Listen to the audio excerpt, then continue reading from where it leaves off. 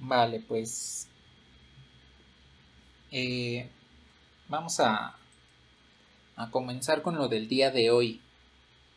Ya es lo último del tema 2 de funciones, para que el miércoles siguiente pues ya comenzamos a ver el tema de límites. Y pues mientras les voy adelantando que en este curso lo que vamos a contemplar primero, que es lo que estamos terminando, es la parte de conocer lo que son las funciones y después vamos a comenzar a ver cómo se comportan las funciones. Bueno, lo que vamos a ver hoy tiene que ver con una cuestión que tal vez no es muy común, sin embargo nos puede ayudar a modelar algunos problemas importantes. En este caso me refiero a lo que son las funciones segmentadas. Bueno, ¿qué es una función segmentada? Cuando tenemos una función en general, no sé, como f de x, la representamos directamente por la regla de correspondencia, por ejemplo, que sea la raíz de x cuadrada menos 1. Bueno, pero existen otras funciones que están representadas por varias reglas de correspondencia. Es decir, pueden tener una función f1 de x siempre y cuando x sea menor que un elemento a, o una función f2 de x y una función f2 de x si x es mayor o igual que a, por ejemplo. Entonces, aquí lo que estamos teniendo es un tipo de función que le podemos llamar segmentada, porque estamos tomando intervalos de la variable independiente x y que para cada intervalo le corresponde una u otra regla de correspondencia. Aquí hay que tomar en consideración que estas dos reglas de correspondencia no deben superponerse. ¿A qué me refiero? Por ejemplo, podemos decir que f1 de x tiene el siguiente dominio. Vamos a decir que aquí está el elemento a y digamos que el dominio de f1 de x es todo esto. Suponiendo, y digamos que aquí lo incluye.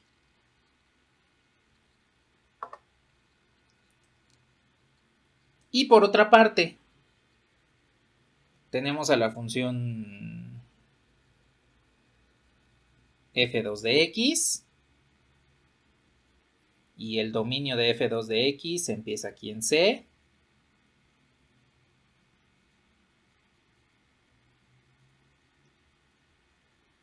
Y vendría siendo todo esto. Entonces, aquí ustedes pueden observar que hay un traslape entre estos dos dominios. Es decir, al mismo valor de x le correspondería dos valores diferentes de la variable dependiente, de y en este caso. Lo cual pues ya sabemos que en las funciones no puede suceder. Por eso es que estamos segmentando el dominio.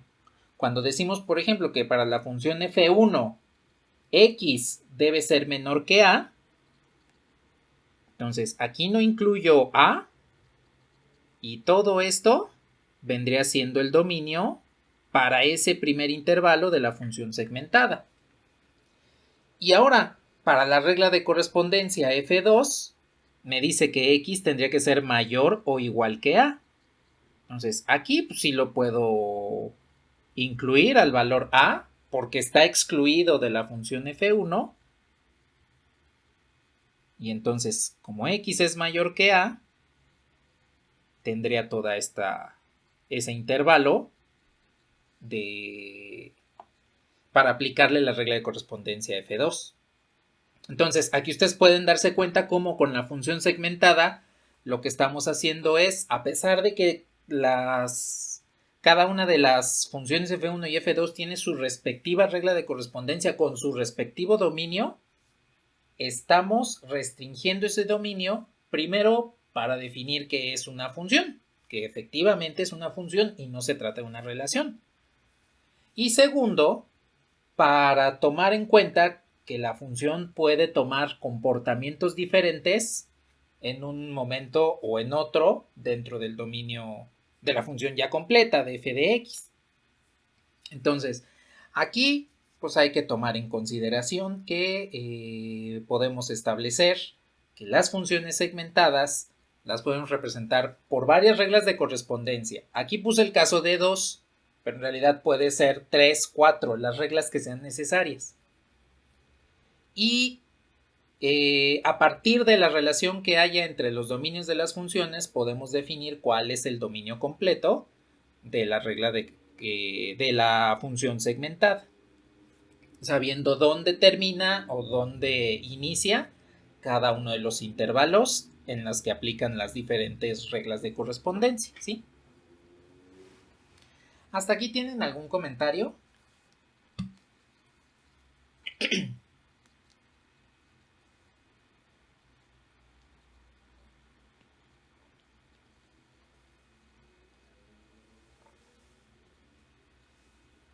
¿Siempre y cuando qué? Ah, sí, exactamente, que no se traslapen los dos dominios. Con eso va a ser siempre una función. Si se traslapan, pues es una relación. Pero podemos evitar eso al restringir los dominios de ambas reglas de correspondencia.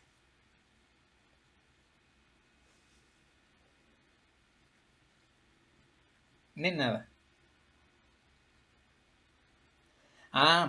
Podemos analizar cuál es el dominio de cada una de las funciones y entonces indicar desde dónde hasta dónde tendríamos la regla de correspondencia. Que de hecho es lo que vamos a hacer a continuación. ¿Qué pasó?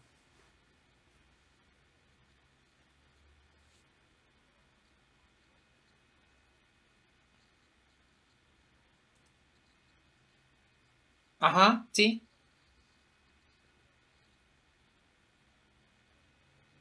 Ajá, sí, exactamente. Así es como podríamos realizarlo. Y también quitando aquellos intervalos donde haya traslape de ambas. Bueno, se pueden quitar los dos, o se puede quitar de una función, o se puede quitar de la otra. Entonces, todo depende de cómo estemos manejando la función y cuál sea el objetivo de esa función. Por ejemplo,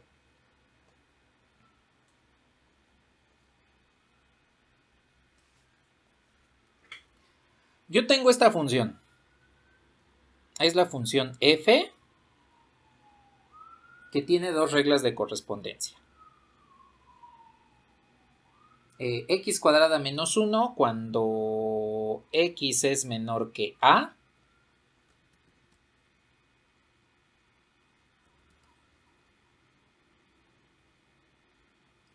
Y menos 1 menos la raíz de 1 de menos x cuadrada más 2x cuando a es menor o igual a x. Por ejemplo, estas dos. Esta función f tiene dos reglas de correspondencia en las cuales tengo un valor de a que todas las x menores a ese valor van a corresponder a la función x cuadrada menos 1 y cuando x sea mayor a ese número a, mayor o igual, la función va a tener la forma de menos 1 menos raíz de menos x cuadrada más 2x. Entonces, aquí hay que tomar en consideración qué valor de a hace que esta función, o bueno, que f sea como tal una función, que f segmentada sea una función. Entonces, ¿qué valor de a que pertenece a los reales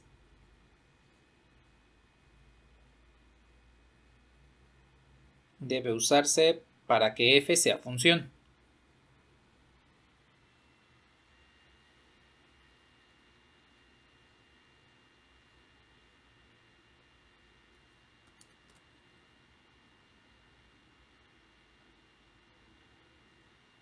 Bueno, ese valor de a hay que tomarlo con base en los dominios de ambas funciones. Y a partir de ahí vamos a poder establecer quién es el dominio de la función x cuadrada menos 1, quién es el dominio de la función menos 1 menos la raíz de menos x cuadrada más 2x y cómo se relacionan entre sí para que f sea una función. ¿Cuál sería el dominio de f? Porque pues, no podemos asumir que son todos los números reales, pues porque tenemos que analizar los dominios de cada una de sus componentes, ¿sí? Entonces, por ejemplo, si yo tomo en cuenta a x cuadrada menos 1, ¿cuál es el dominio de esta función? Es una función polinómica. Entonces, ¿cuál sería el dominio de esta función? Exacto. Dominio, todos los números reales. Entonces, en la primera, pues no tenemos ningún problema. En la segunda, vamos a ver qué es lo que nos devuelve y vamos a tener que restringir entonces los dominios de ambas para que esto sea una función. Entonces, por ejemplo, para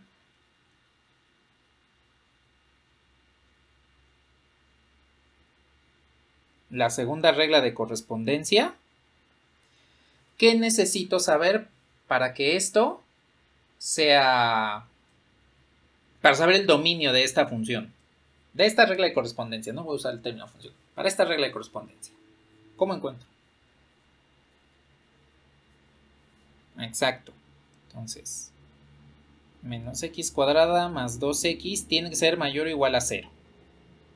Bueno, entonces, pues caemos en una de las desigualdades que hemos resuelto anteriormente, en la cual debemos factorizar. Aquí, pues, por ejemplo, puedo factorizar x.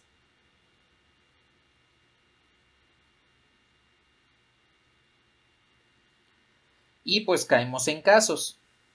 Aquí tendríamos que x por menos x más 2 es mayor o igual a 0.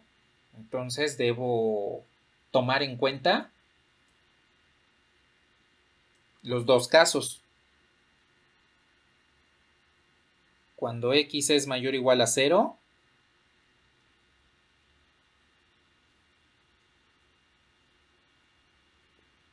intersección menos x más 2 es mayor que 0.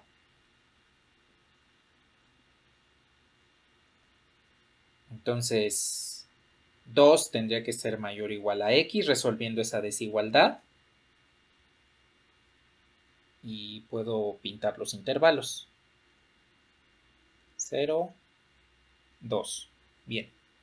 A ver, entonces para esta desigualdad tengo que x es mayor a 0. Entonces esta va para acá. Y en el otro caso tengo que x es menor que 2. Entonces va para acá. La solución para el dominio de la raíz, de la función, de la regla de correspondencia de raíz, primero tiene esta parte. Ahora analizo el otro caso. Entonces, aquí nada más para esta parte de la regla de correspondencia, de la raíz de menos x cuadrada más 2x, es pues lo que hemos visto anteriormente, encontrar el dominio de una función de este tipo, ¿sí? Voy a poner el otro caso.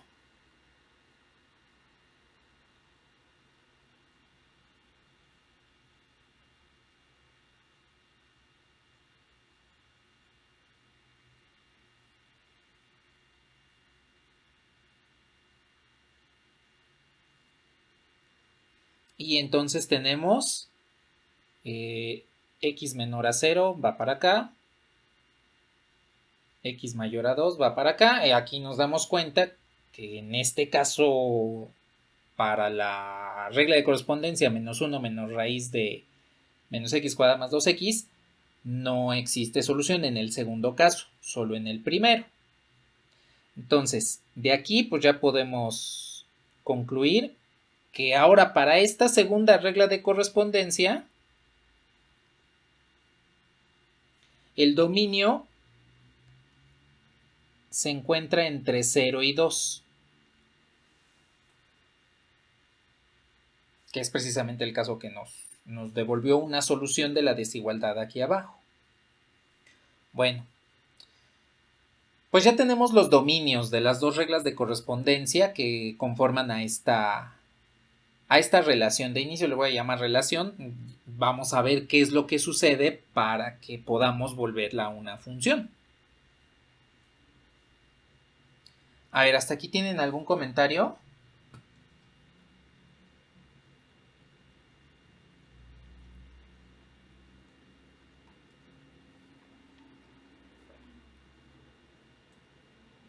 ¿Por dónde? Funciones segmentadas.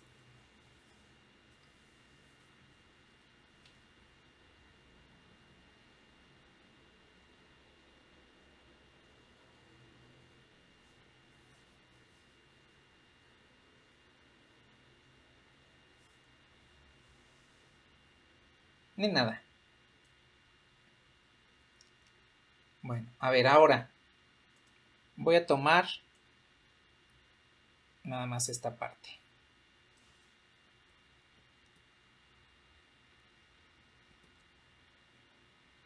Y ya que tenemos los dominios de las dos reglas de correspondencia que componen a esta función, entonces pues vamos a ver de dónde a dónde debemos manipular el dominio para saber que esto se trata de una función. Bueno, para forzar a que esto se trate de una función. Y entonces voy a copiar esta parte que es la regla de f.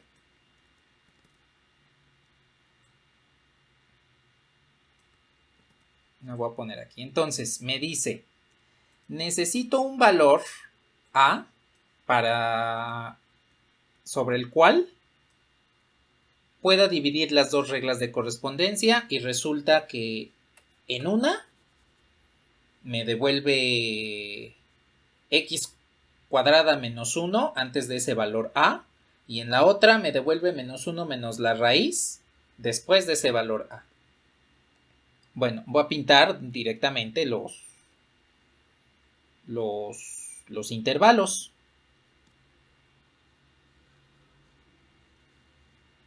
A ver, ¿qué pasó? Sí, es lo que vamos a hacer para restringir el dominio. Es el valor que necesitamos para que esto sea una función.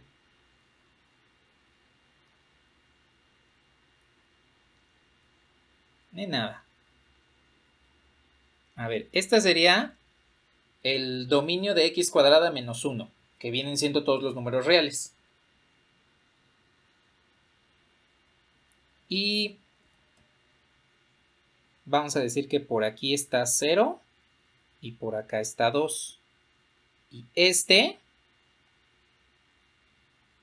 sería el dominio para la función menos 1 menos raíz de menos x cuadrada más 2x. Bien, aquí podemos observar que las dos reglas de correspondencia se traslapan en un lugar. Entonces, de acuerdo a cómo está escrita aquí esta función,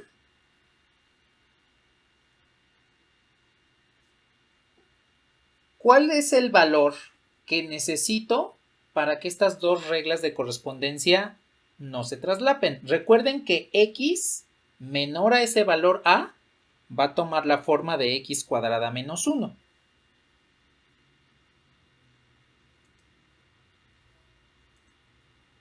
Que a valga 0 exactamente, porque todos los elementos menores a 0, que son todos estos,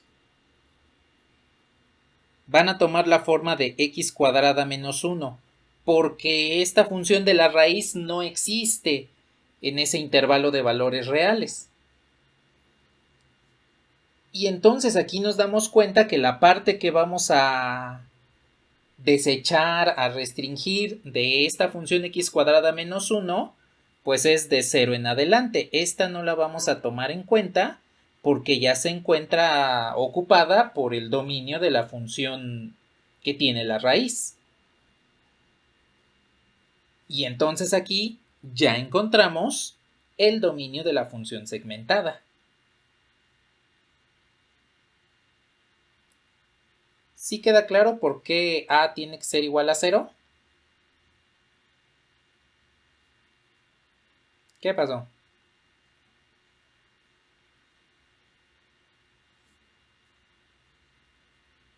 A ver.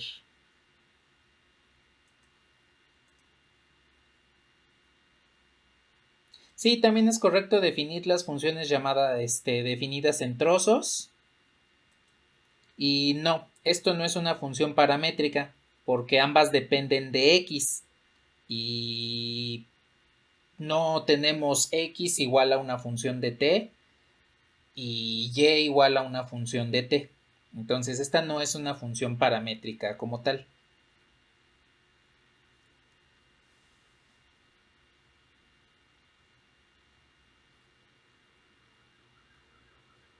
De nada. Entonces, ya escribiendo la función como debe ser. Entonces, en este caso tenemos que f es x cuadrada menos 1 cuando x es menor a 0 y menos 1 menos la raíz de x cuadrada más 2x cuando x es mayor o igual que 0. Aquí sí dense cuenta que como ambas funciones pueden tomar el valor de 0, solo se puede quedar con una de ellas, no se puede quedar con las dos. Porque si se queda con las dos, volvemos a caer en el caso de que hay un traslape de elementos con que haya un elemento que sea común en ambos dominios. Ese elemento hay que pasarla o a una o a la otra función. O incluso, si así se especifica en algún problema o nos ayuda a definir alguna solución, pues se puede excluir de ambas, no hay ningún problema. Pero no deben existir elementos del dominio en común de todas las reglas de correspondencia de este tipo de funciones, ¿sí?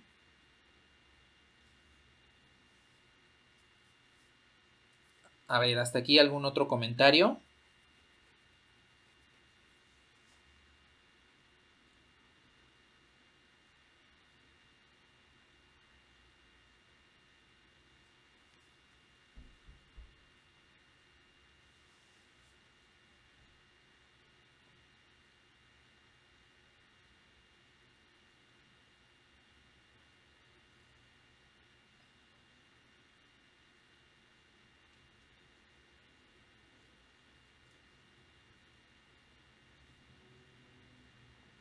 Eso podemos hacerlo si lo definimos como tal.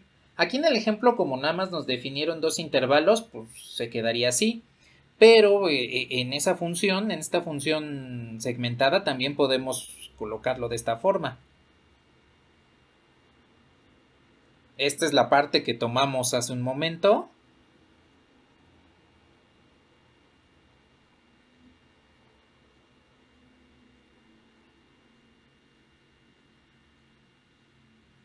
Aquí voy a decir que la función con raíz va desde 0 a 2, que es precisamente el valor de su dominio, y pues le podemos agregar una tercera regla de correspondencia, que sería x cuadrada menos 1, considerando que x va de 2 en adelante. Entonces sí, también podemos realizarlo. Digo, por la especificación del problema de que nada más teníamos dos intervalos, por eso se quedó así.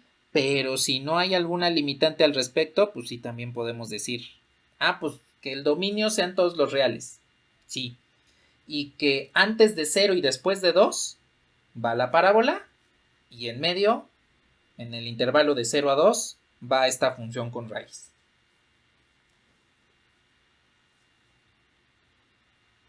De nada.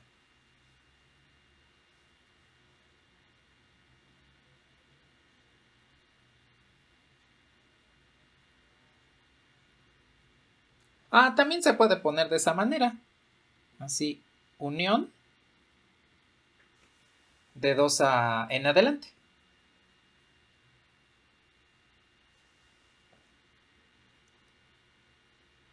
Bueno, entonces con esa corrección pues les quito esta nueva regla de correspondencia. Que bueno, en sí nada más le escribí precisamente para que tomáramos el primer intervalo con x cuadrada, luego con la raíz y luego con x cuadrada, pero pues esta también es válida. De hecho, esta pues es más deseable porque utiliza menos líneas para escribir y utiliza las operaciones con intervalos. Entonces, cualquiera de las dos escrituras es correcta.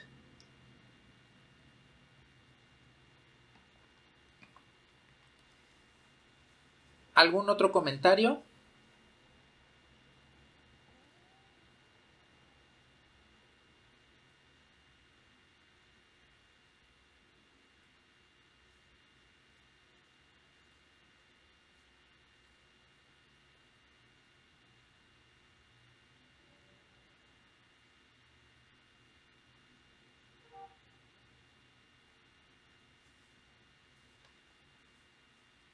Bueno.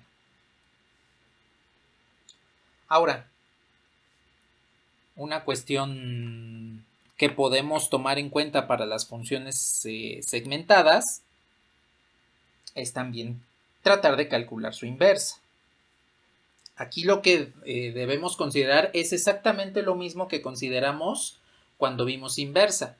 Verificar que las funciones sean inyectivas y, en su caso, tomar en consideración limitar nuevamente el dominio para que la función pueda ser inyectiva, en el caso de que no lo sea. Entonces, si yo tengo la función que estamos trabajando originalmente, esta, ¿cómo puedo calcular su inversa?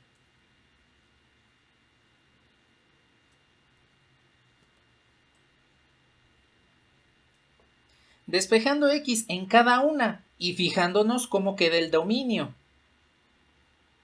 Entonces, voy a tomar en cuenta, primero,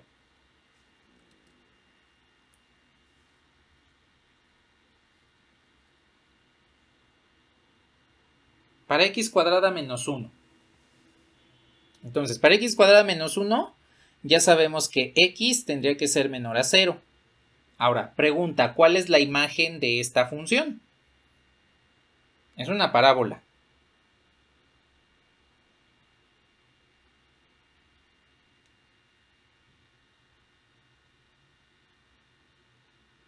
Los valores mayores a 0. No todos, porque por esta resta sería mayores a menos 1. Cuando estén trabajando con parábolas, o con elipses, o con circunferencias, o con hipérbolas, recuerden que la mejor forma de calcular el dominio es que pasen la ecuación a forma canónica, como es este caso. Y a partir de aquí, ustedes vean, a ver, ¿de dónde a dónde va la parábola? Ah, pues es una parábola donde el signo negativo no está presente. El término x cuadrada tiene signo positivo, entonces la parábola debe abrir así. Primero. Segundo, ubiquemos el vértice. En este caso, x cuadrada está sola, no hay otro término en x. Por lo tanto, el vértice se encuentra en x igual a 0.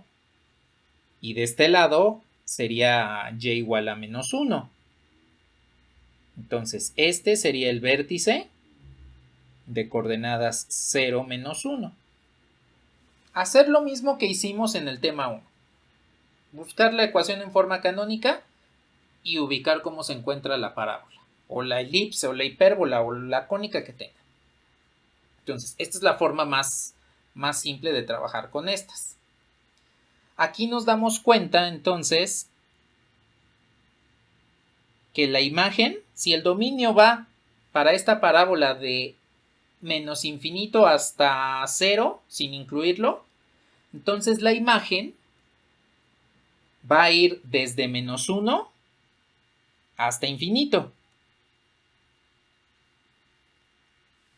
Ahora, menos 1 no lo va a incluir, porque si ustedes evalúan x igual a 0 aquí, les devuelve y igual a menos 1, que es precisamente el valor que tendríamos por acá. Pero como x igual a 0 no está incluido en este dominio, entonces en la imagen no va a incluir a menos 1. Y aquí les puse x y debí ponerles y.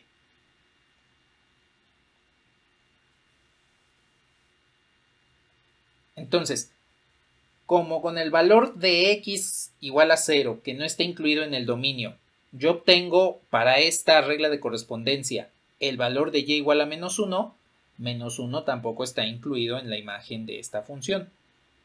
Entonces la parábola va desde menos infinito a 0, sin incluirlo para el dominio, y de menos 1 sin incluirlo a infinito. Esa sería la imagen. De tal manera que en la inversa debo tener lo contrario.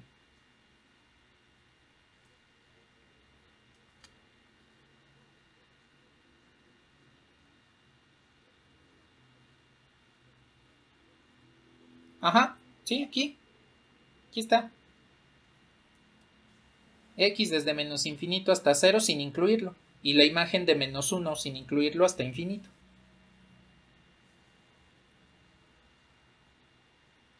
En nada. Ahora, en la inversa. En la inversa tendría que el dominio iría desde menos 1 en adelante. Y la imagen iría desde menos infinito hasta 0 sin incluirlo. Precisamente, ¿qué pasó? Porque cuando sustituimos x igual a 0 en la función nos da menos 1, pero 0 no está incluido, entonces por eso tenemos que excluir menos 1.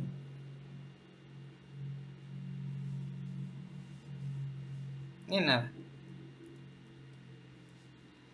Entonces recuerden que en la inversa tenemos que cambiar los papeles. Ahora el dominio sería la imagen del original y la imagen de la inversa sería el dominio de la original. Entonces aquí lo que voy a hacer es proceder a despejar x y saber en qué momentos me va a devolver esta imagen. Entonces,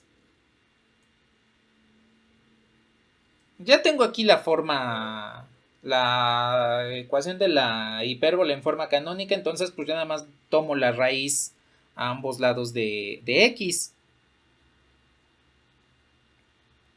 Y tendría la raíz más menos, tiene que ser igual a x. Y aquí les pregunto, para que esta que es la inversa, me devuelva valores que sean menores a 0, es más, aquí voy a cambiar porque recuerden que en la inversa después de despejar intercambiamos las variables.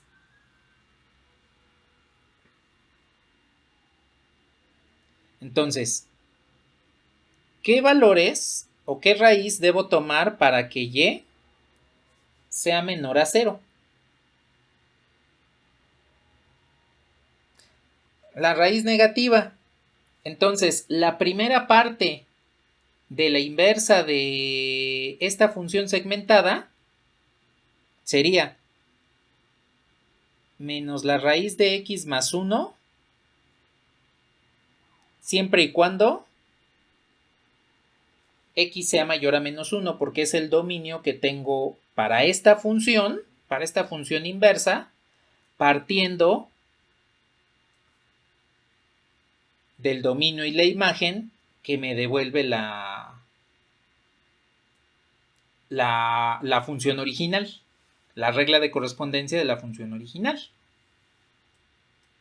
Entonces, aquí tomen en consideración que cuando estemos trabajando con funciones inversas, pues siempre deben tomar en cuenta que la imagen de una es el dominio de la otra, y a partir de ella van a poder establecer los dominios correctos en la inversa y en la original. Y lo mismo sucede aquí para las funciones segmentadas, porque a final de cuentas lo que tendríamos sería una inversa para un intervalo del dominio de la función segmentada y otra inversa para la otra parte del dominio de la función segmentada.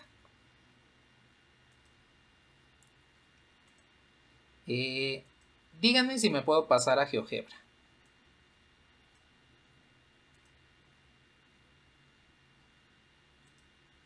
A ver. Ahí tengo GeoGebra. A ver, lo que voy a poner aquí es entonces la función f1, que es la regla de correspondencia x cuadrada menos 1. Entonces observen que es la parábola que habíamos establecido, con vértice en 0 menos 1, y pues la imagen es de menos 1 en adelante. Y pues vamos a establecer que x tiene que ser menor que 0, que es precisamente la situación que estábamos tomando hace un rato, el valor que tomamos. Bien, ahora voy a poner la función f2, g1. G1 va a ser la inversa de esta sección, y esta nos había dado menos la raíz de ¿cuánto? X más 1, ¿no? Bien, aquí tengo entonces a la función inversa de esta sección de la función segmentada original. Entonces, aquí ustedes pueden darse cuenta, si pongo la función identidad, e de x igual a x, como efectivamente son simétricas sus gráficas respecto a esta función identidad. Entonces, ya invertimos la primera parte de la función segmentada. Con el análisis del dominio de la imagen de la función original, pues encontramos la inversa. Y obviamente la regla de correspondencia la encontramos despejando, tal cual como lo hemos hecho con otras funciones inversas, ¿sí?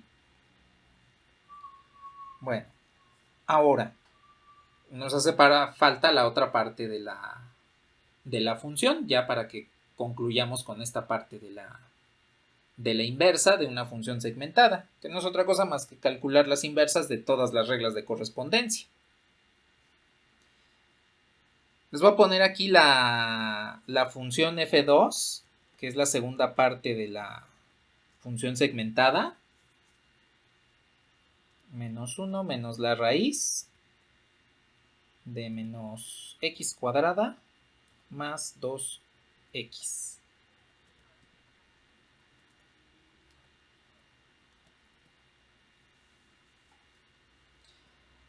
Lo vamos a ver en un momento. En un ratito más que comencemos a ver modelado de funciones, vamos a ver en qué nos sirven las funciones segmentadas.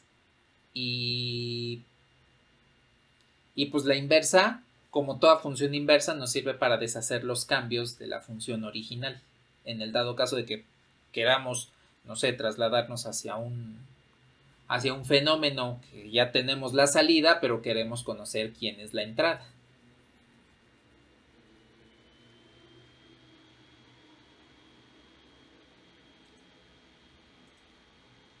A ver, aquí tengo entonces la otra sección de la función segmentada. Teniendo esa gráfica, que es esta, ¿le puedo calcular la inversa?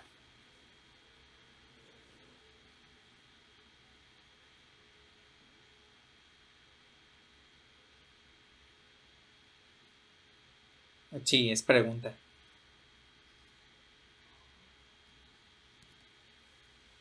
Nos... Exacto. En esta no puedo calcular la inversa porque para cada valor de y pueden existir dos x diferentes. Bueno, en sí en todos los elementos excepto aquí. En x igual a 1 solamente hay un valor para y. Entonces, aquí dense cuenta que para encontrar la inversa necesito limitar el dominio de esta función. De hecho, se trata de media circunferencia. Entonces tendríamos que limitar la mitad de esta circunferencia, o bueno, un cuarto, mejor dicho, de esta circunferencia, porque nada más tenemos aquí media, entonces sería un cuarto de la circunferencia, tendríamos que limitarlo para que tengamos una función inyectiva. Entonces, en este caso, tendríamos que agregar que x se encontraría entre 0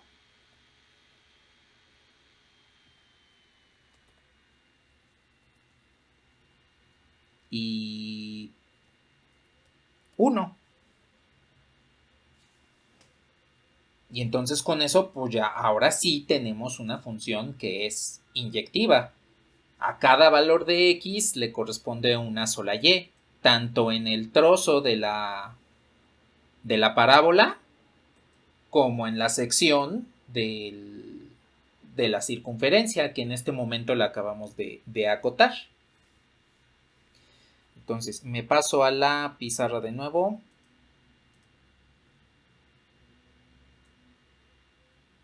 Y aquí tenemos que esta función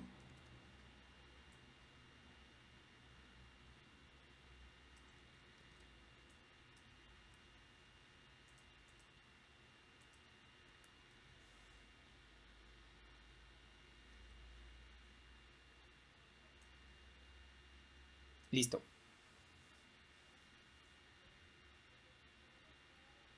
De nada.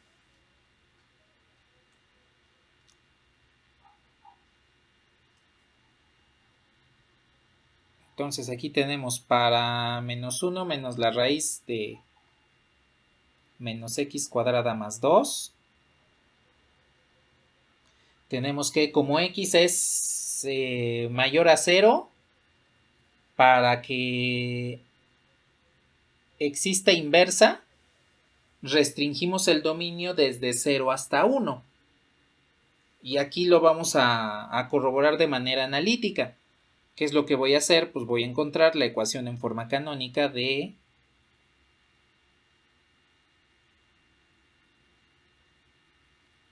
esta función.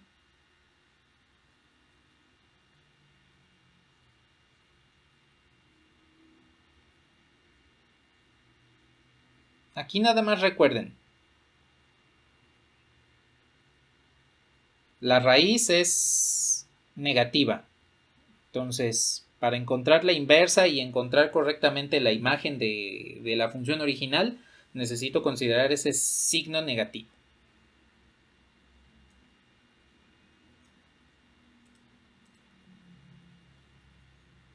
Bueno.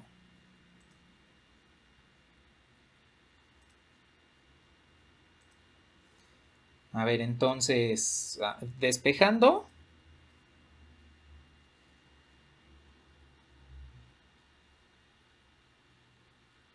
Elevo al cuadrado, se pierde el signo, no hay problema, me queda menos x cuadrada más 2x. Completo el cuadrado, o bueno, primero factorizo signo negativo. Y ahora sí completo el cuadrado.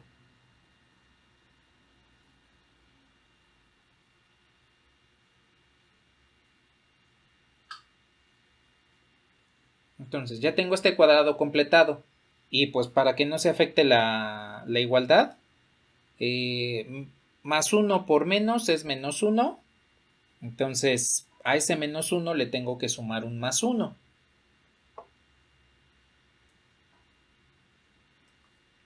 Y de esta forma encuentro... ¿Qué pasó? No, se pierde. Ese signo se pierde, pero de todos modos lo tengo acá presente para saber cuál va a ser la imagen correspondiente a la función. Porque al elevar el cuadrado o menos por menos da más. Ni nada.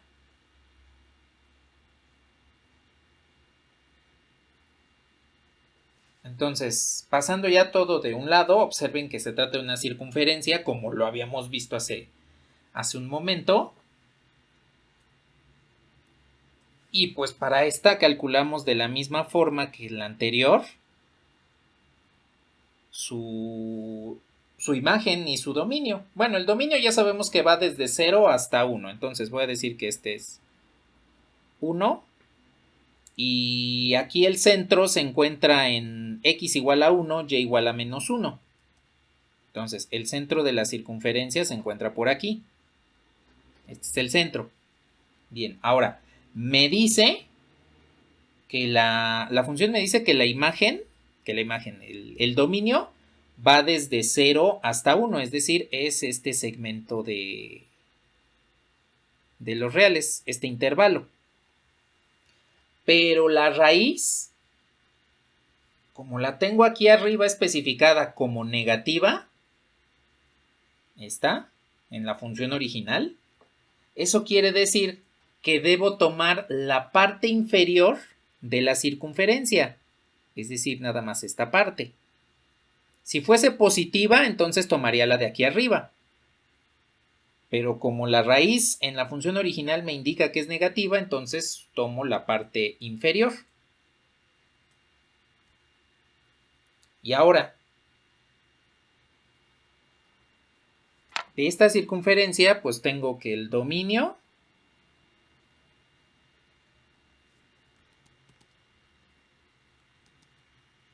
es x, que va desde 0 hasta 1. Bien, ¿de dónde a dónde va la imagen?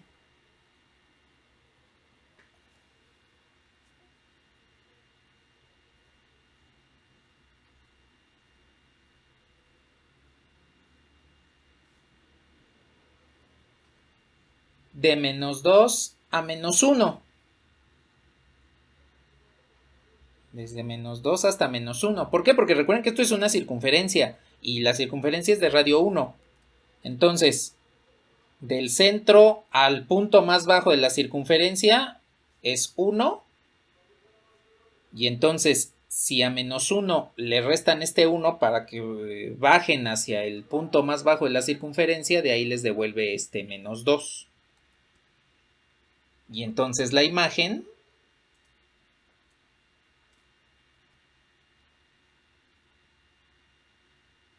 va desde menos 2 hasta menos 1. Esta vendría siendo la imagen de esta sección de circunferencia. Esto lo vamos a utilizar para encontrar entonces la inversa. Porque recuerden que cuando despejamos x, pues forzosamente tenemos que intercambiar x por y encontrar de dónde a dónde va la función en su dominio y cuál sería su imagen. Debido a la inversa, pues ya sabemos que esta es el dominio de la inversa.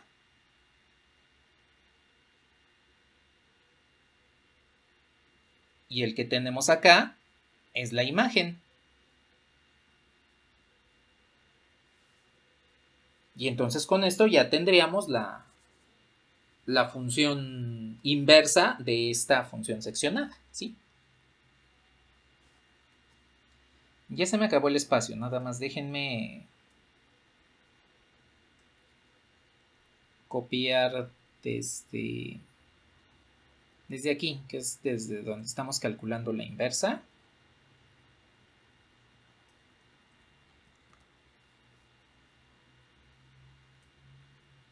Y les voy a borrar.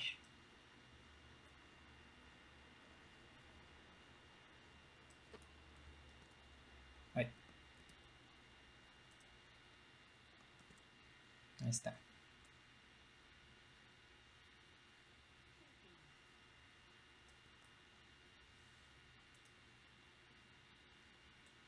Y esto me interesa porque de aquí vamos a despejar la inversa.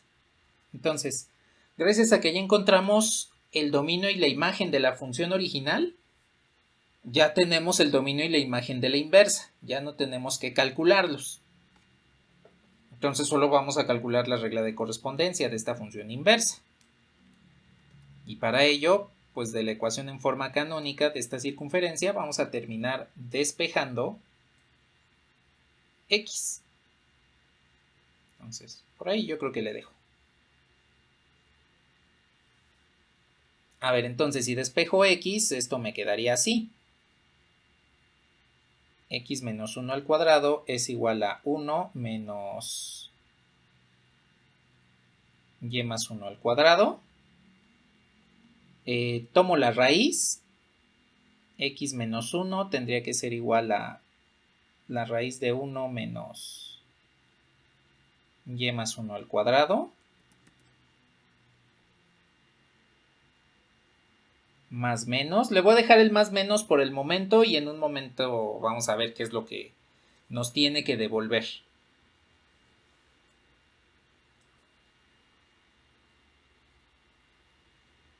Y entonces termino de despejar x y ya tenemos la relación que me denota a la inversa. Todavía es relación por el signo más menos. Porque se me fue el signo.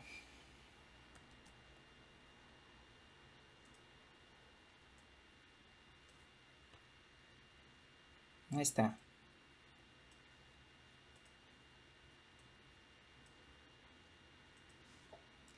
Y a ver, ahora voy a intercambiar ya los valores de x y y nada más para tener la regla de correspondencia.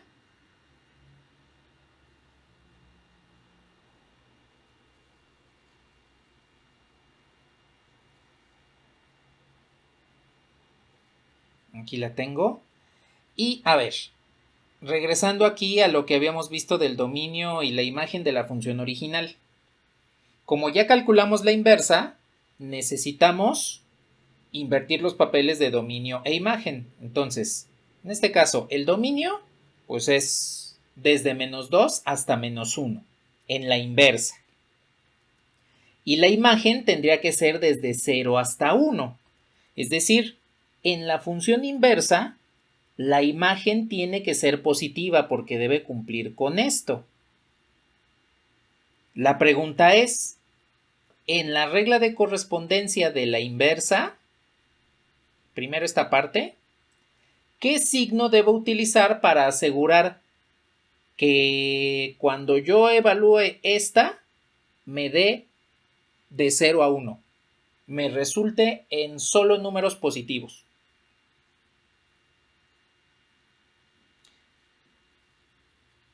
¿La positiva o la negativa?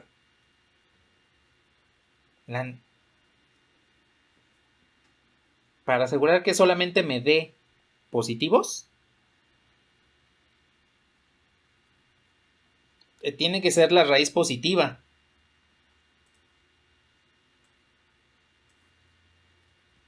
Porque recuerden, en la imagen de la inversa, debo cumplir esto.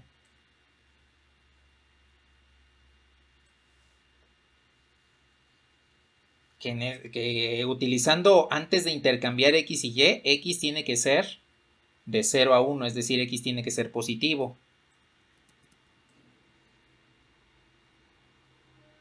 ¿Qué pasó?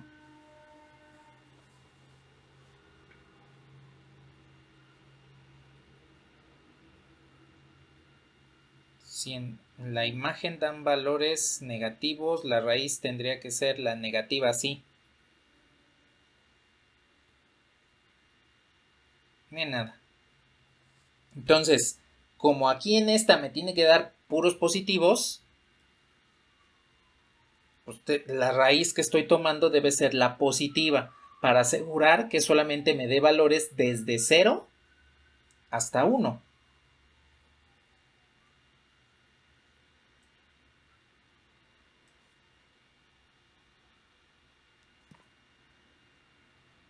Pues directamente acá con este, viendo el dominio y la imagen de la inversa.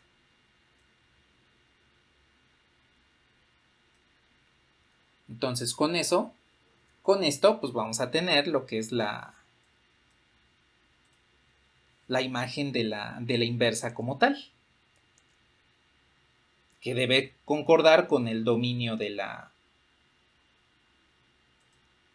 función original.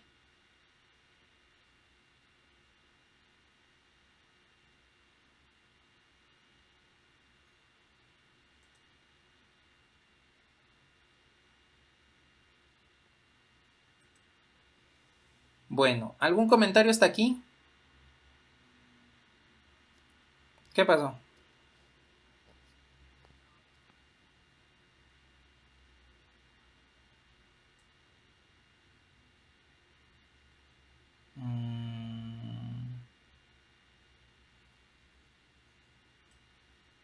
A ver. Creo que ya sé por qué.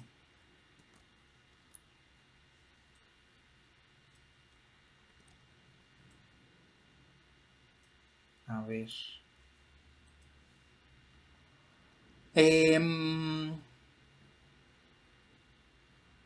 Este ya sabemos que es el dominio. Entonces, a ver, voy a evaluar aquí el dominio para ver si efectivamente es cierto eso y entonces debo tomar la raíz negativa. A ver, si yo evalúo -2, -1, voy a evaluar -1.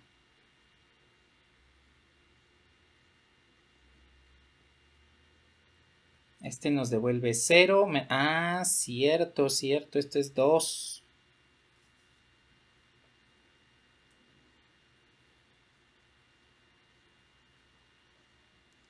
Y -2, sí, y entonces aquí con la raíz negativa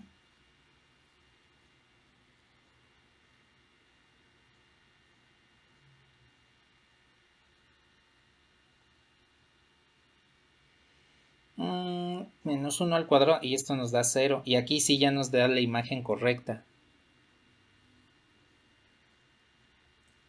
A ver, pero...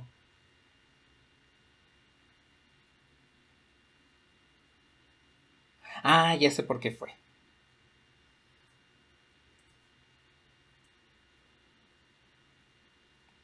Ya vi por qué fue.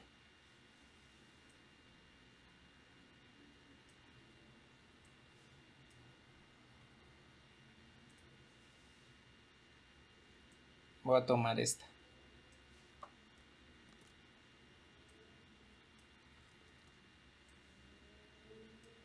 A ver.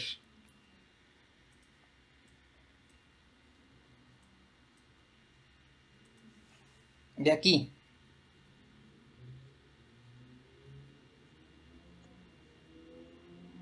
Voy a intercambiar los valores de x y y. Recuerden que para la inversa siempre intercambiamos valores de x y y, que vendría siendo esta. A ver, esta circunferencia, ¿dónde se ubicaría?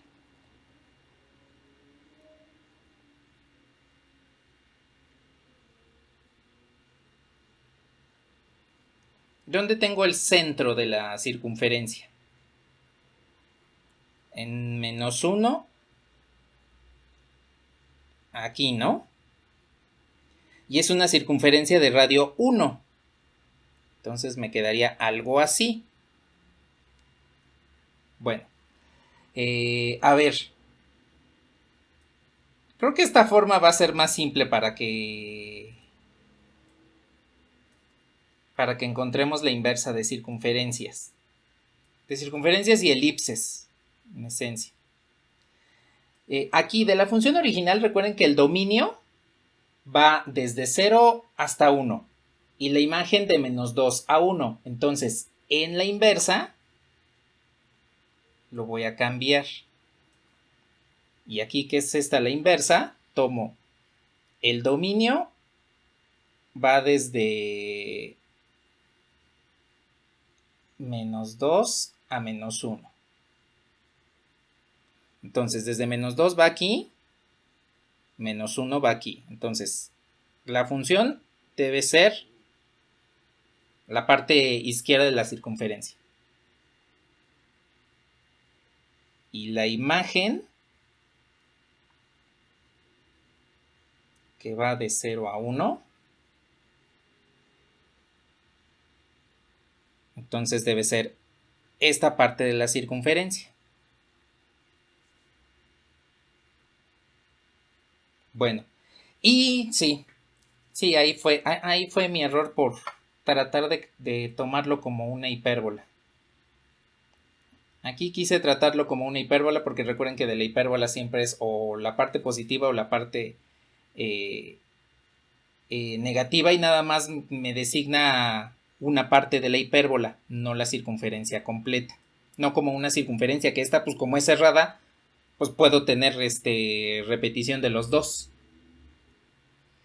Bueno.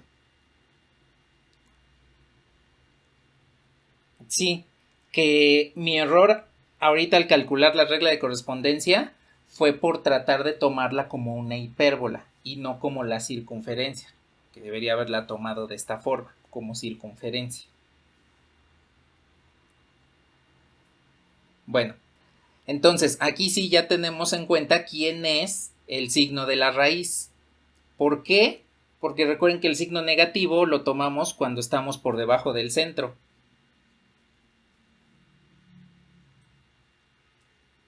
Y creo que con esto es más rápido encontrar la raíz aquí para la circunferencia. Entonces, ya tienen despejada X. ¿Cuál van a utilizar? En la función, en la ecuación en forma canónica, intercambian X, intercambian Y.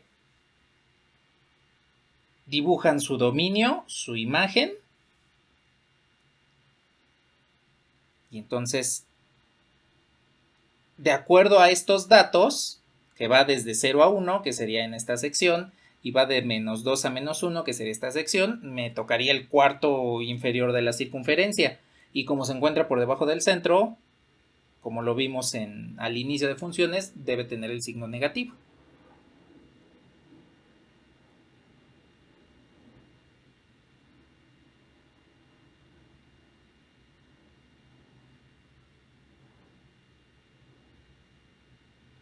Porque de acuerdo a lo que me dice aquí está, ya una vez que intercambio X por Y, el centro se encontraría en X igual a menos 1, Y igual a 1.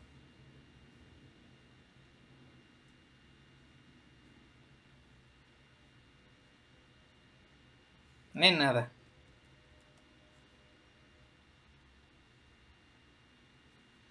¿Algo más que deseen comentar?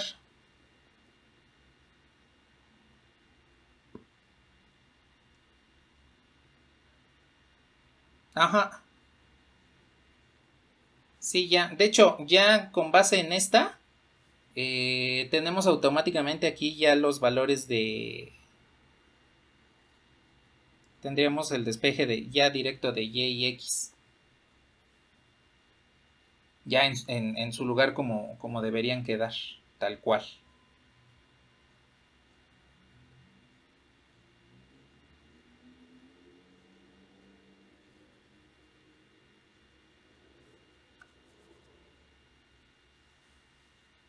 Díganme si me puedo pasar a GeoGebra.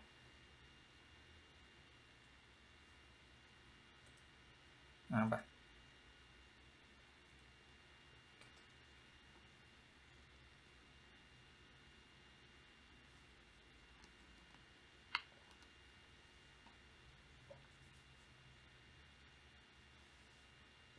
¿Para qué qué? De nada.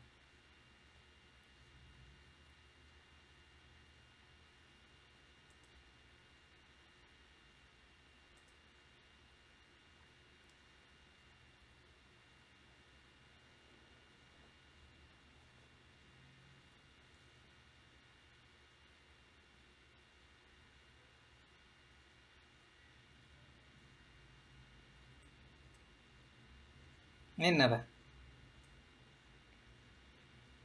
Bueno, a ver, me va a pasar a GeoGebra para ya nada más dibujar esta parte de la inversa. Entonces, voy a ocultar este. Y de acuerdo a lo que tenemos, la función G2, que sería la inversa, la otra parte de la inversa de la función seccionada, es 1 menos la raíz de ¿qué?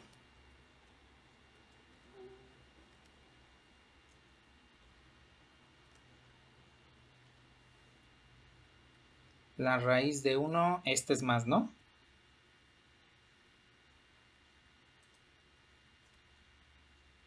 Y x va desde menos 2 hasta menos 1 exactamente.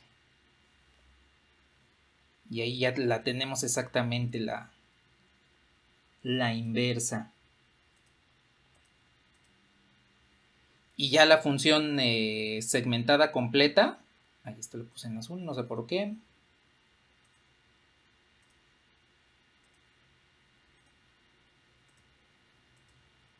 En rojo la función original. Ay, no es cierto, ya le cambié de colores. A ver, la función original está en rojo.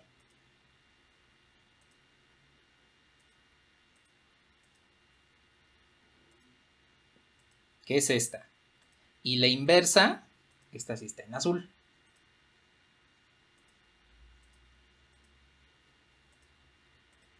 Y pues sí, efectivamente ya tenemos simetría respecto a la función identidad. Sí.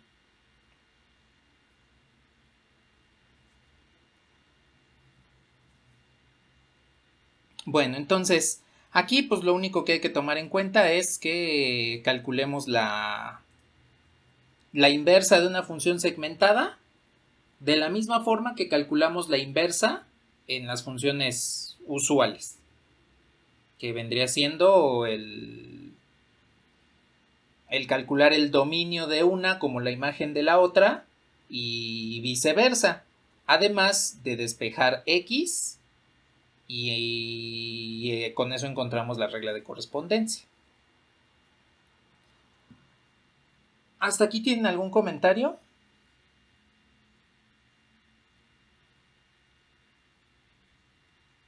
Bueno.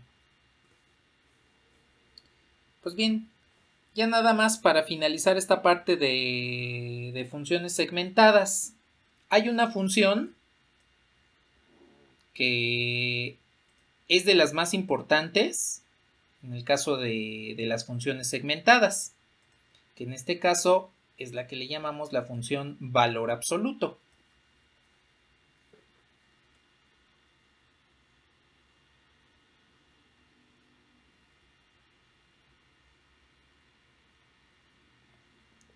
La función valor absoluto es una función precisamente segmentada que nos dice: esta función va a ser x cuando x sea mayor o igual a 0 y menos x cuando x sea menor a 0. Entonces, lo que en realidad está haciendo esta función valor absoluto, desde el punto de vista gráfico, de la gráfica de la función, está realizando un efecto que se llama rectificación.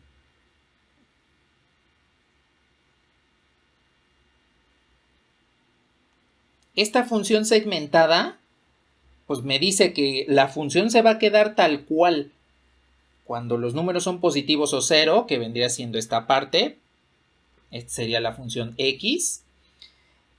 Y la función va a cambiar de signo cuando x sea menor a 0, que vendría siendo esta. Entonces esta sería menos x. Son las dos ramas de la función valor absoluto, que es como una v. Ahora, se llama rectificación porque estamos forzando a la función a que solo tome valores positivos. ¿Qué sucede, por ejemplo, cuando yo tengo una función como esta? Valor absoluto del seno de x. Bueno, yo tendría entonces en este caso seno de x, si x es mayor o igual a 0, y menos el seno de x, si x es menor a 0. Aquí voy a tomar en cuenta que x solamente va a estar en el intervalo desde menos pi hasta pi. Solo un ciclo de la función seno. Cuando yo tomo en cuenta entonces esto, recuerden que el seno de una función pues es mayor a 0 cuando se encuentra desde 0 hasta pi, es decir, en los primeros dos cuadrantes, y va a ser negativo cuando se encuentra en los dos cuadrantes inferiores. Eso desde el punto de vista de la circunferencia unitaria, tal cual como lo vimos en la definición. En este caso,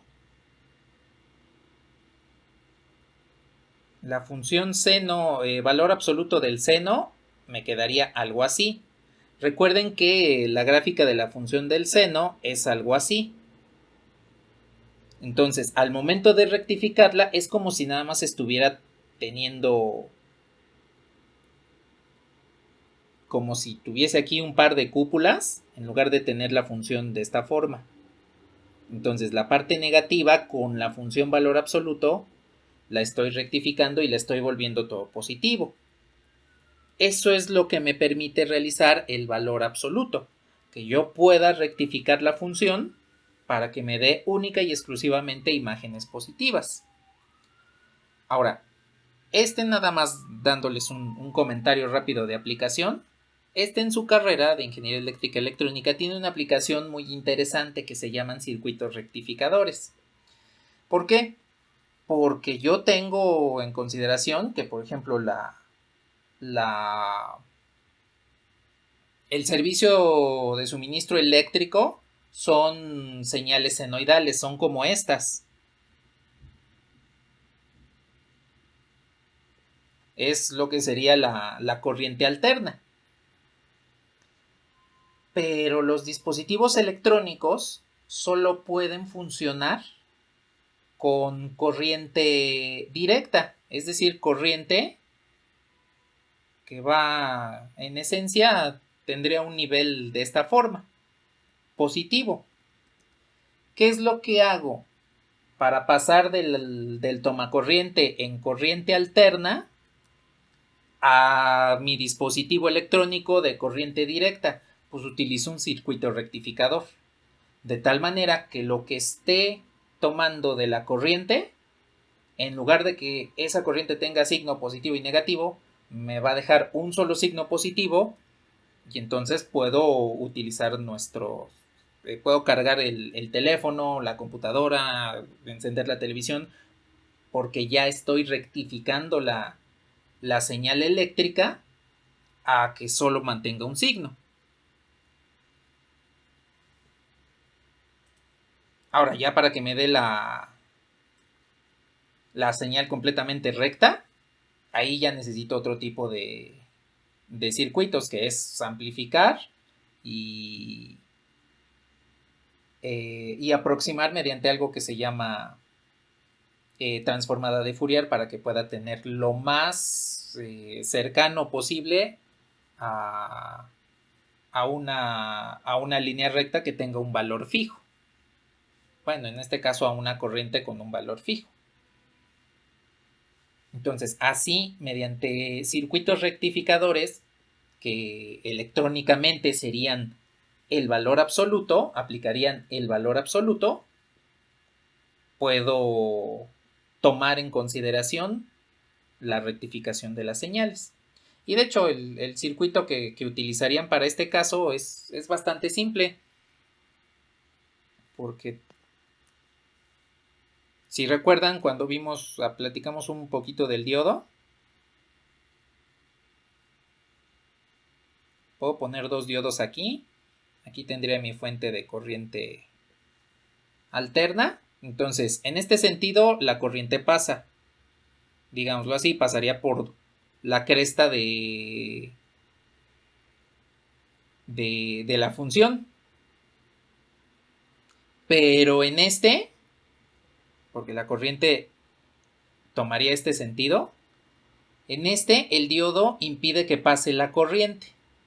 Bueno, y ahora cuando yo paso por el valle de la función, entonces el sentido de la corriente se invierte y es el diodo el de abajo el que deja pasar la corriente, pero el de acá ya no.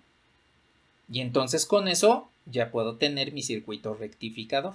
Digo, acá se mediría lo que se tenga que medir, el voltaje o la intensidad de corriente. Por acá pondrían un voltímetro o un amperímetro y ya con eso tienen rectificada su señal eléctrica. Y eso, su fundamento directamente es de que las funciones valor absoluto pueden realizar precisamente esa situación.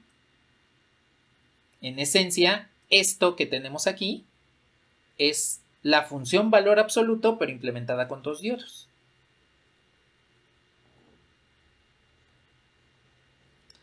¿Hasta aquí tienen algún comentario?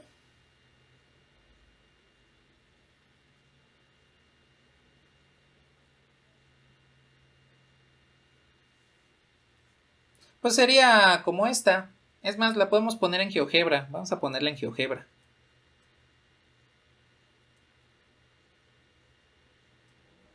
Ajá, exacto, todos son positivos.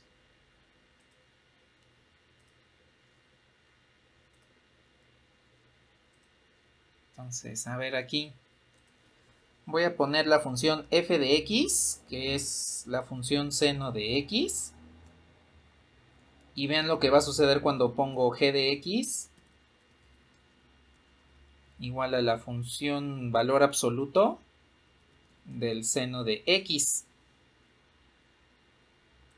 Esta la voy a poner en color azul. Entonces, sucede precisamente esto que les comento. Existe la rectificación de la función. Aquí tengo la función original y cuando le aplico el valor absoluto, como el valor absoluto, su imagen van a ser números positivos, depende de cada función cuál sería la imagen en particular, pero aquí me está rectificando esta situación de la función.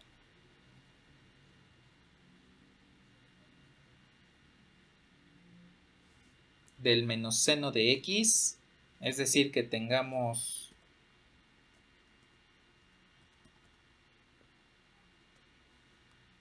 esta función. Sí, va a quedar igual. P de x igual al valor absoluto de menos seno de x.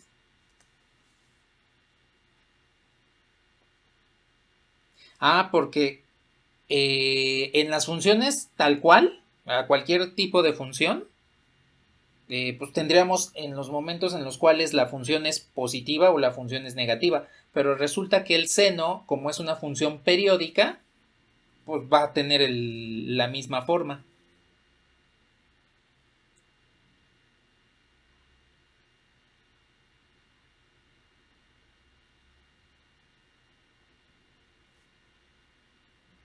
Ajá, ese sería una rectificación hacia abajo. Si yo pusiese q de x igual a menos el valor absoluto del seno de x, entonces la rectificación es hacia abajo, a diferencia de este. Dentro del valor absoluto el signo negativo pues se pierde y entonces eso hace que se vuelva positivo. Pero cuando tengo el signo negativo fuera del valor absoluto, entonces todo se va a volver negativo y la rectificación la tendría pero hacia hacia la parte negativa del eje Y.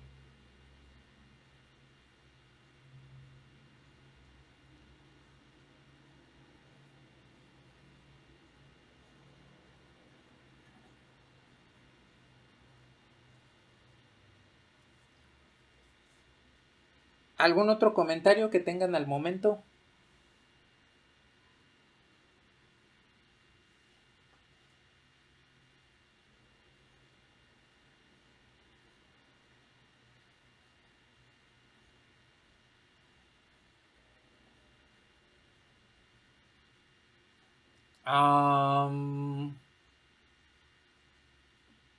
Pues como tal no sé, no funcionarían los dispositivos, los tomaría como cero, como una corriente cero.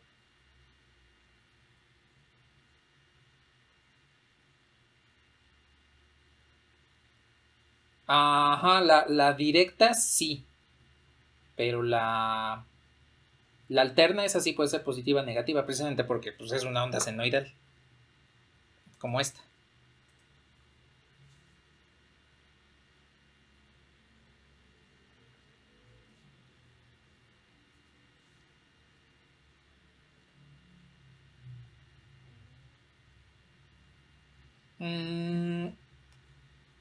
Por convención, voy a pasar para acá.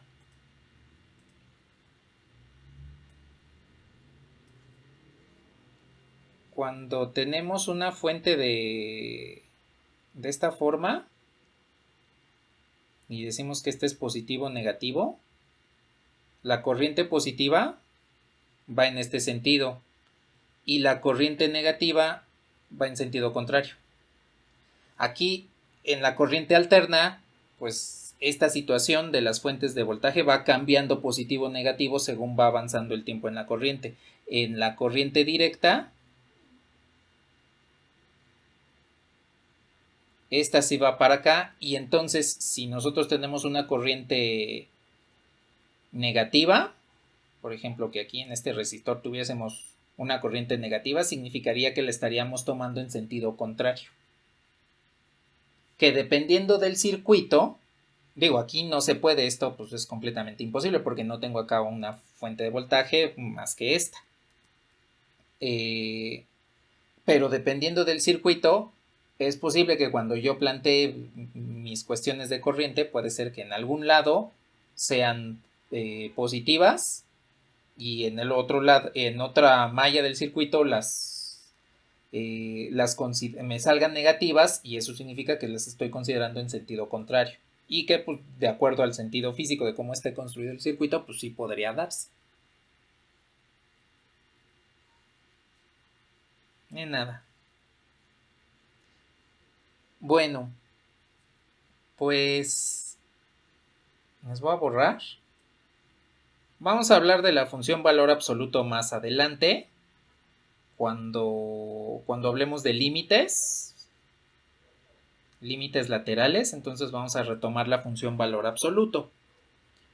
Bueno, pues por último, ya esto es lo último del tema de funciones.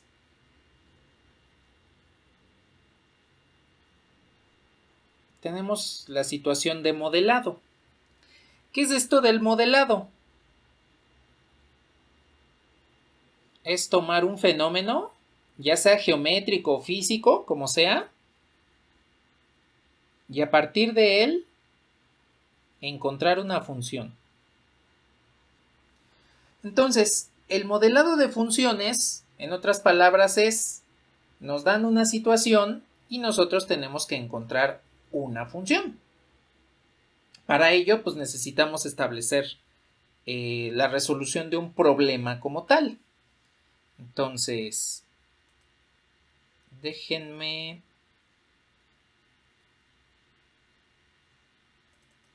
abro una presentación para ver un par de ejemplos de modelado. Espero que nos dé tiempo de ver un par de ejemplos de modelado aquí en la sesión.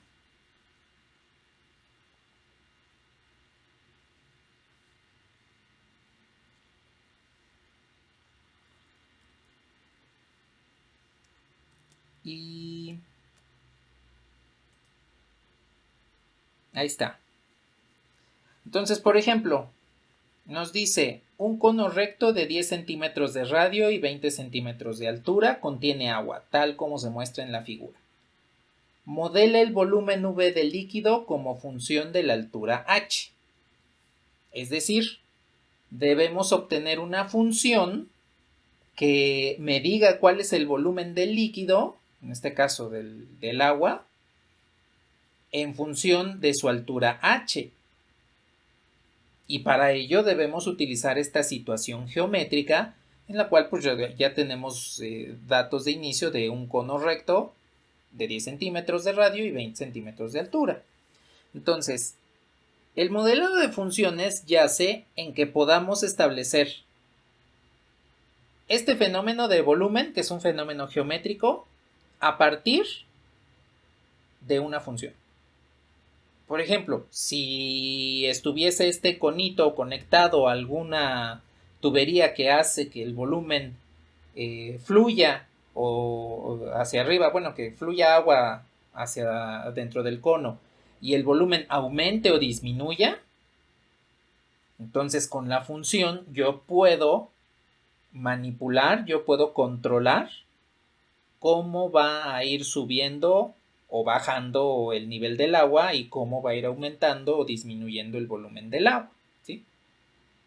Entonces, vamos a resolver este primer ejemplo, después vamos a ver si nos da tiempo de resolver uno más y el miércoles terminamos rápidamente con un tercero para que comencemos a ver límites.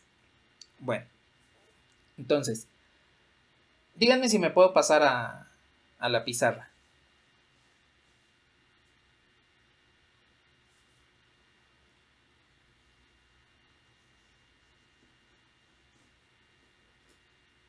Vale.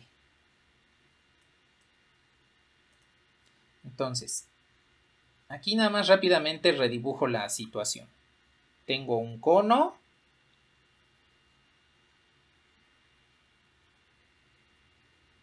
Me dice que tiene 20 centímetros de altura y 10 centímetros de radio.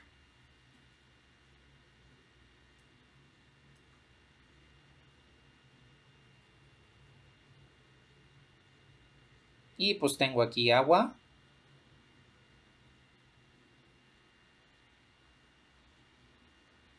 Y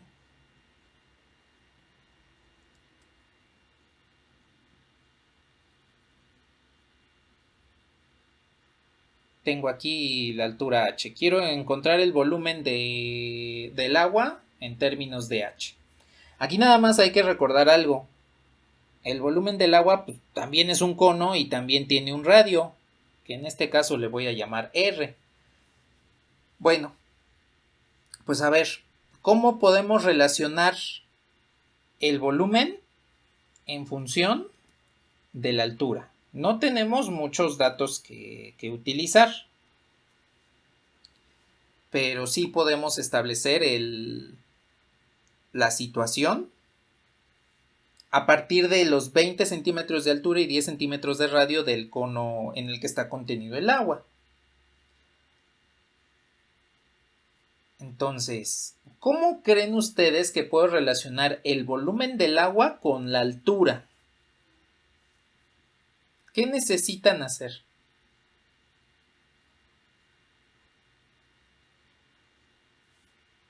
Vale. Entonces, el volumen es el área de la base, que vendría siendo pi por radio al cuadrado, por la altura. Pero como se trata de un cono, porque esta es la altura de un prisma, como se trata de un cono, el volumen, pues tengo que dividirlo entre 3. Entonces, el volumen de un cono es 1/3 de pi por radio al cuadrado por la altura. Y pues sí, ya lo tengo dependiente de h. El problema es que r también es una variable. Si estuviésemos aquí en cálculo vectorial, entonces no habría problema porque tendría una función multivariable. Pero no estamos en esa asignatura, estamos en la asignatura básica. Entonces, esta R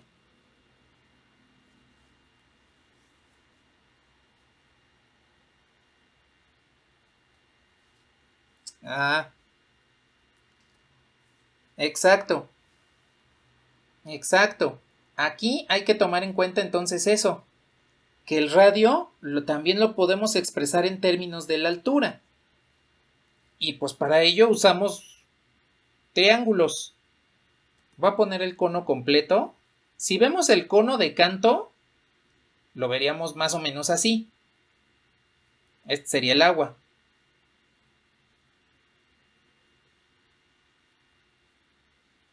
Este sería, ¿qué? 10. Y este sería 20. Para el caso del agua, este sería R, bueno, R minúscula. Y este sería H. Si yo parto por la mitad el cono, más o menos por ahí, se forman dos triángulos rectángulos. Uno que vendría siendo la pared del cono tal cual, y el otro que vendría siendo la del agua.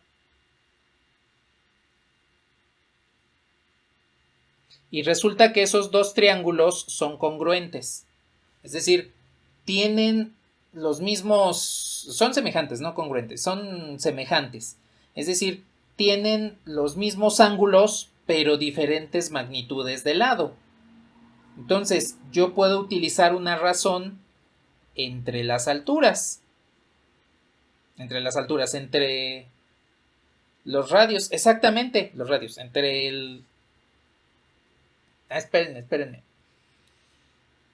Entre R y H, una relación entre R y H. Por semejanza de triángulos,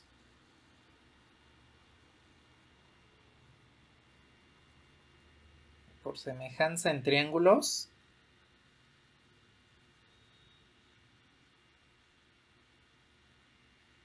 a ver, tendría aquí primero R sobre H, el radio entre la altura, tendría que ser igual, porque es un triángulo semejante, a 10 sobre 20. Y entonces R sobre H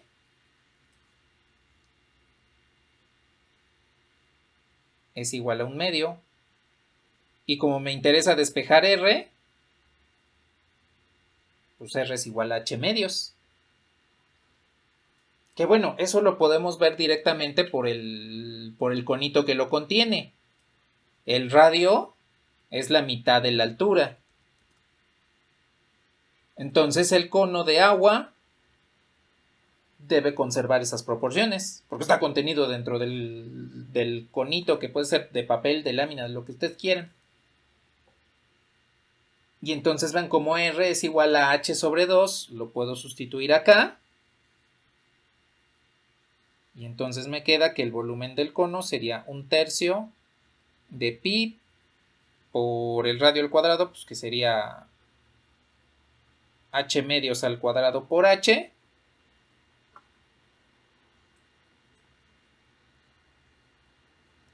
Y 1/2 al cuadrado, pues es 1/4. Por 1/3 es 1 sobre 12. Por pi, h cuadrada por h, h cúbica. Y entonces ya con esto tengo mi función donde modelo el volumen respecto a la altura h.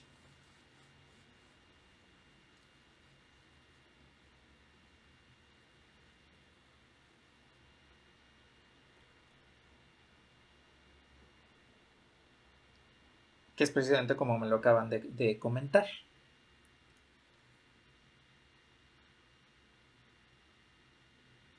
Porque 1/2 al cuadrado pues es 1/4. Y 1/4 por 1/3 es 1 sobre 12. De nada.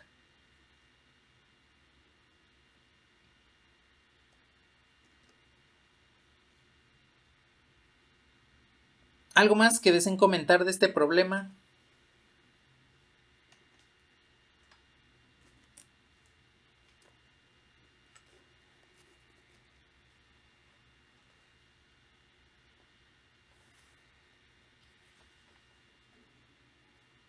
Ajá.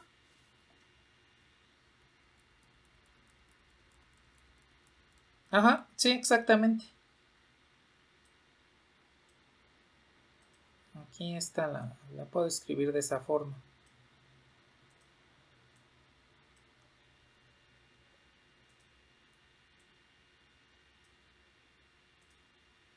Bueno, desde acá. Esta.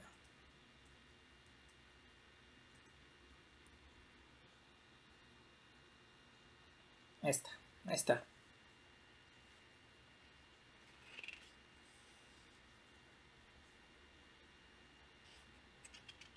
Bueno. ¿Podemos ver el siguiente ya para terminar la sesión?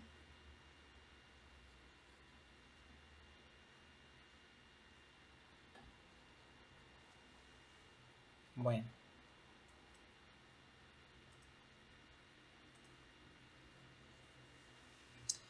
Bien. Son dos problemas más. El último, el del tanque prismático, ese lo vemos el miércoles iniciando para que después veamos límites.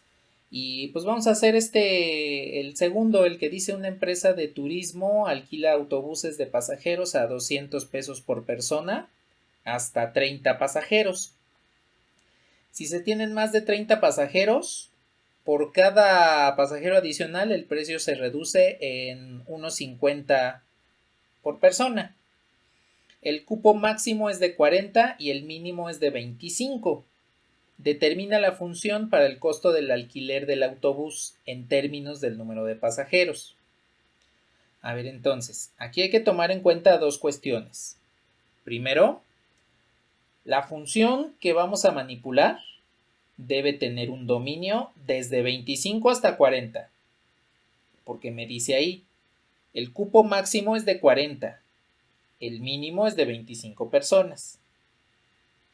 Segundo, vean que existe tarifa diferenciada. Si tenemos de 25 a 30 personas, el costo es de 200 pesos. Y si tenemos de 30, de 31, porque es más de 30, entonces de 31 hasta 40, el precio se reduce en 1.50 por pasajero. Entonces, aquí hay que construir una función, pero resulta que esta función es segmentada, porque debo tener una forma de calcular el costo cuando tengo de 25 a 30 pasajeros y otra forma cuando tengo de 31 a 40. Porque son dos tarifas diferentes dependiendo del lugar, del número de personas que yo esté tomando. Entonces, el dominio está partido en dos, desde 25 a 30 y de 31 a 40. Aquí pues obviamente no son números reales, van a ser números naturales porque no podemos tener fracciones de persona. De hecho eso sería muy macabro. Entonces, lo que necesitamos aquí tomar en consideración es una función segmentada para una tarifa y para la otra. Indíquenme si me puedo pasar a GeoGebra. A GeoGebra, a la pizarra.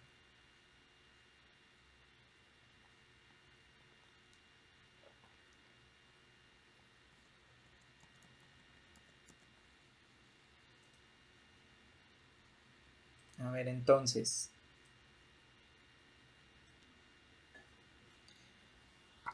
Primero, para que podamos establecer bien el problema, tenemos mínimo de 25 pasajeros,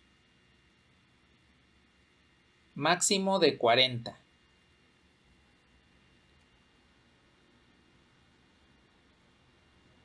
Costo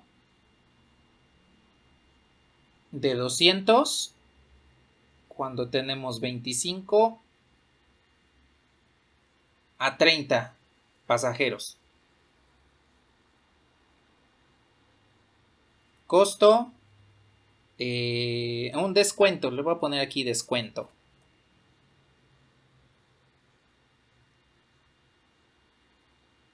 Descuento de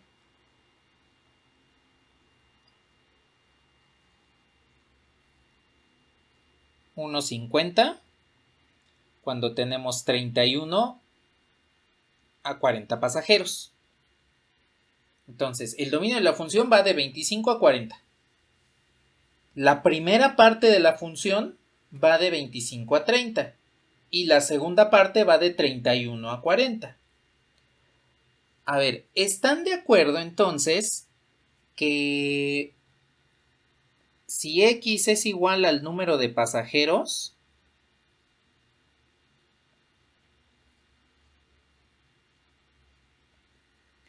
el costo total, voy a poner que es, la función es T1 de X. El costo total por llevar de 25 a 30 pasajeros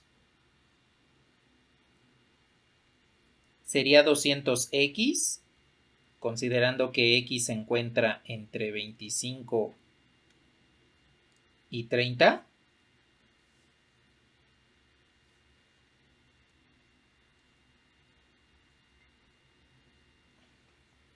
Entonces, de esos 25, de esos X pasajeros, cada quien pone sus 200 pesos y entonces el número de pasajeros por 200 me da el costo. Ese es T1 de la tarifa 1.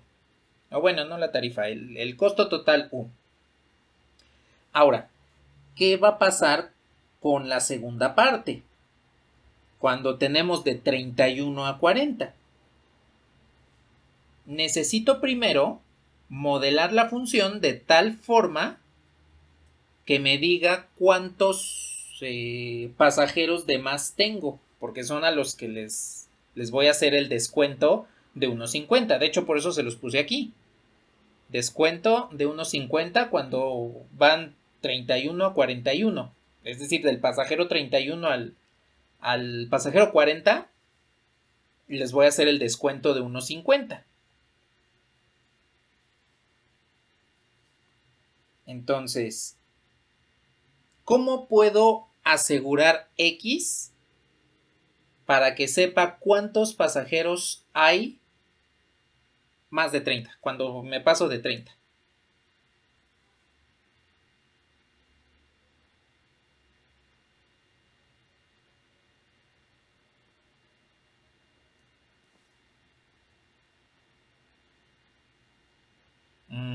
No, pero eso no me dice cuántos me he pasado de los 30.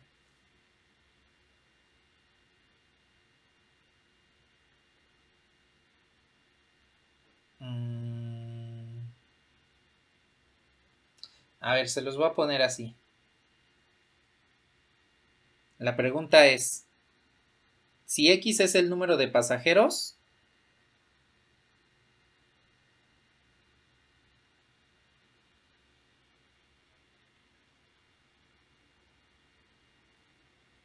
exacto. ¿Cómo sé que hay más de 30? ¿Y cuántos hay?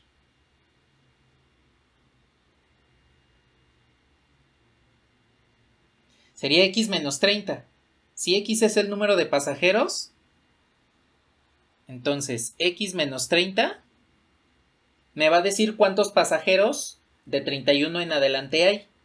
Por ejemplo, si hay 35 pasajeros, X vale 35, le resto 30, significa que tengo 5 de más. Y a esos les voy a hacer el descuento. ¿De cuánto es el descuento, por cierto? 1.50. Entonces, a este número de pasajeros les voy a hacer el descuento. Menos 1.5 del precio original. Porque el precio es de 200. Pero del pasajero 31 en adelante les voy a hacer un descuento. Entonces, ¿cuántos descuentos voy a hacer? Pues tengo desde el 31 hasta el 40. Es decir, por ejemplo, si tengo 37 pasajeros, X vale 37. Eso me indicaría que a 7 les voy a hacer el descuento de 1.50. Ahora, ya tengo cuántos descuentos voy a hacer. ¿Y qué necesito ahora realizar para obtener el costo total de todos estos pasajeros?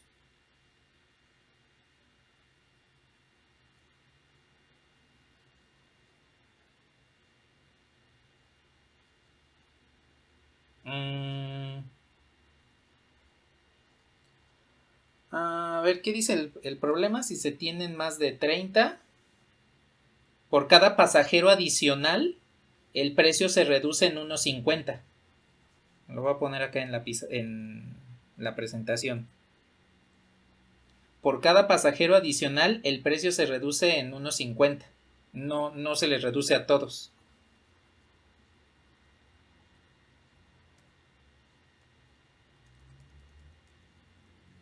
Bueno.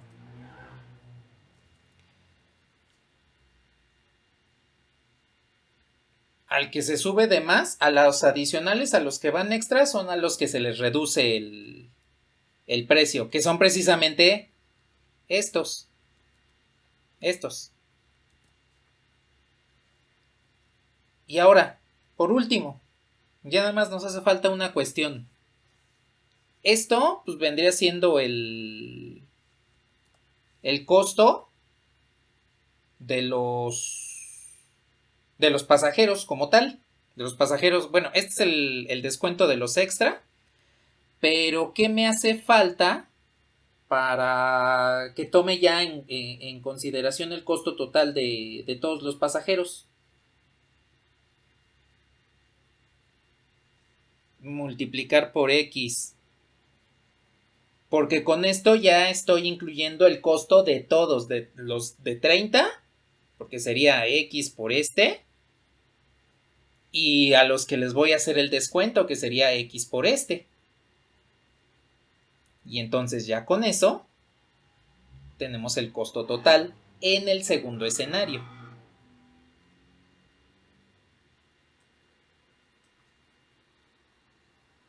Y entonces el costo total 2 pues vendría siendo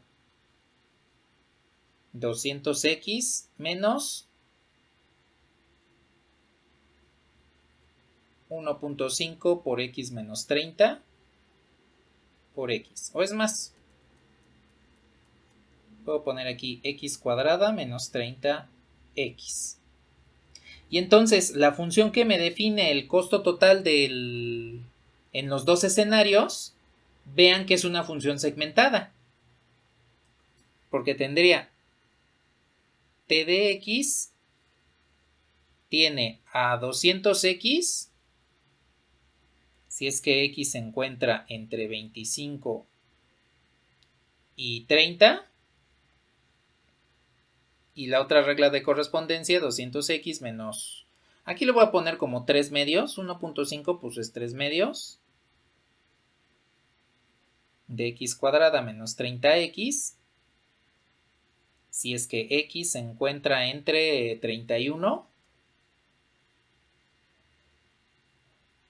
y 40. Y entonces pues aquí tenemos la aplicación de una función segmentada para tratar de encontrar cuál sería la situación de nuestro pago en el caso de alquilar un autobús para este escenario.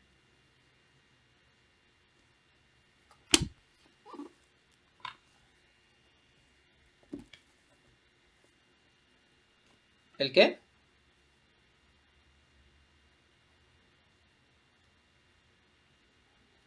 Es este.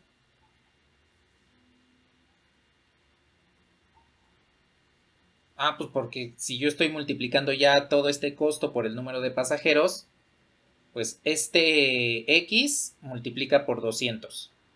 Entonces me queda 200X. Y al multiplicar por este, pues podría multiplicar por X menos 30 y de ahí sale el X cuadrada menos 30X. Y aquí le puse una coma, no sé por qué le puse una coma. Esta coma no va.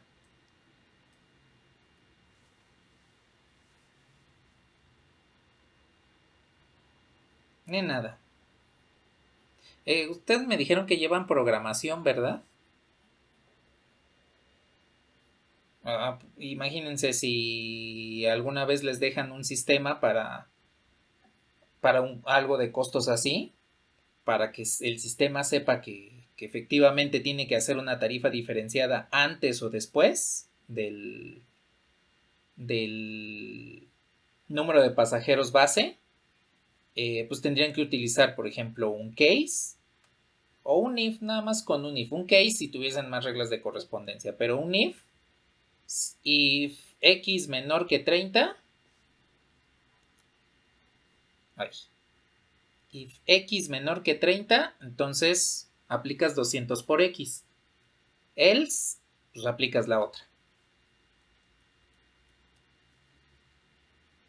Y pues de hecho en computación así luego se generan los sistemas con múltiples condiciones, no sé, en un sistema de ventas que le ponen su